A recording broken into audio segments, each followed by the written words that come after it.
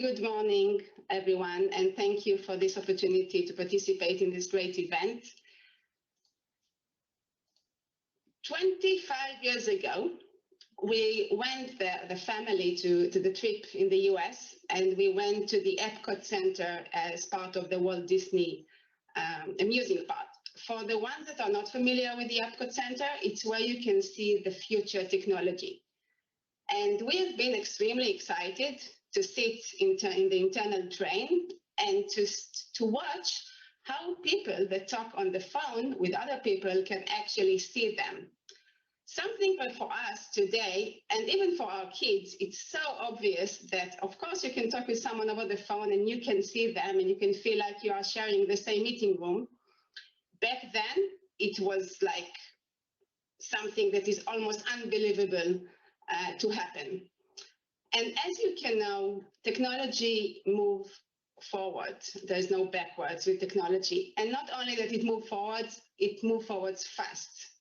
And organizations today and our customers, they need to kind of reinvent themselves, because it's not enough today only to create whatever the organization wanted, to create the products or the services that they used to have. They also need to develop additional set of products of how their customers are going to consume those products or services, which means that they have new customers. Even from age perspective, they can address many more. I can give you an example of my father, who is 75 years old. He insisted for years to still go to the bank and do the same activities that today, especially after COVID, it's so obvious that they can do it online. And for him, it didn't feel like that it's safe enough to do it online. And today he can't imagine himself doing it physically in the bank.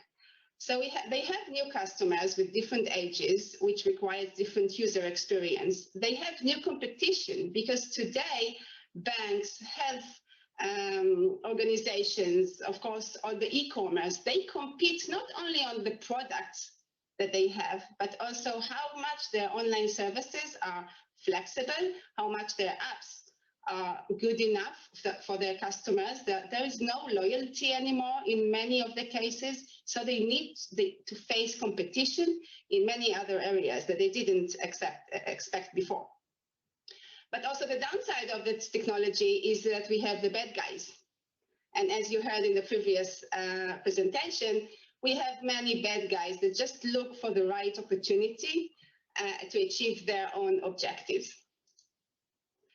Every year, F5 is doing a report. We invest a lot of money to understand what's going on with our customers. And we have reports where we ask around 2,000 of our customers, influencers, analysts, everyone worldwide, about their strategy for the next year. As you can imagine, COVID-19 has accelerated the digital transformation for businesses across the world. And the main top areas where we see the acceleration is the fact that organizations continue to modernize applications and architectures to enable better digital experience. We see that nearly 9 in 10 organizations, they operate both modern and traditional application architectures. We also see that they accelerated their cloud, and we can see all the public cloud companies, how they rise right now, and SaaS deployments to drive a multi-cloud approach and SaaS security. And according to the respondents, SaaS security is the #1 strategic trend for the next 2 to 5 years, and I guess that it will continue to be one of the main areas our customers are focusing at. Telemetry enables applications to adapt to meet evolving customer and business expectations. We do see that 75% of the respondents call telemetry important, but only 95% are still missing the actionable insights. I'm working for F5 for 14 years, and one of the reasons why I like this company very much, because we used to lead the application delivery market worldwide. And while we have been the expert of understanding the application, and this is why we've been able to give the best application services to our customers, we realized that while the language of the application development changed, we need to adjust ourselves. And this is why 2 years ago, we've acquired Nginx. So now we can give the full services from the development phase up to the production. And customers that involve us at the beginning of the process, once they make the business decision that they would like to develop specific features to their apps or to develop new apps, they involve us in the process, they will face less of the challenges that we see other customers face. One of the recent acquisitions that we had a year ago is Shape, because we've understood that layer 7, to give all the application services up to layer 7, it's great. But what about layer 8? What about the user itself, the end user experience, the secure user experience, the data that they have? How can we still keep and protect our customers and their customers from all the bad guys that we talked about? So Shape is a managed service, and we offer outcome as a service. We give the visibility, the insight, the control that customers need to have and they don't have today. And Shape solutions, when we ask 3 questions. We ask if the customers, as part of the traffic, if they are human or not, where we can identify security breaches. If they're human, are they good or bad, in order for us to identify fraud activities? And if you are even good, are you still who you say you are, so we can avoid identity abuse? And if we look at the typical user journey, when we ask the question, are you human? We talk about the front door, about the login, the account. We would like to protect enterprises from unwanted automation, synthetic traffic, or bot activities. But it's not enough for us. We continue with the flow and the user journey to understand if they are good or bad. So we can reduce the fraud by learning the behavior of the user across the entire journey, so we can understand if the way that they behave is expected to be a normal end user journey, or maybe something that we can see is a bit weird if they use more of the mouse activities or control and paste activities, all kinds of many things that you will learn on Friday's workshop, that we can identify those users at the fraudsters. But then we can close the loop, because once we've identified our users, then, and we know that they are who they supposed to be, why do we need them to log out from the system after an average of 30 minutes?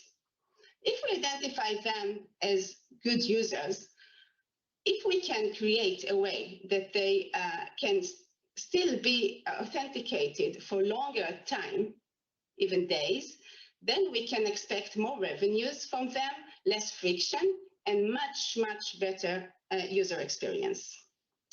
When we offer managed services, it's not only about the software itself. It's about the whole organization, the SOC, and the tactics teams. We are offering constant communication between our customers and our SOC analytics.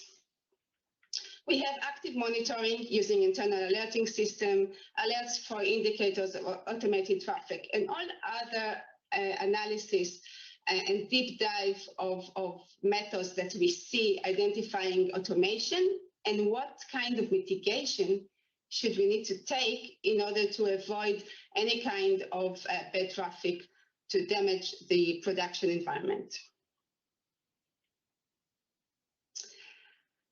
F5 invests a lot in understanding the industry, the market, what happens in the dark web, what are they talking about.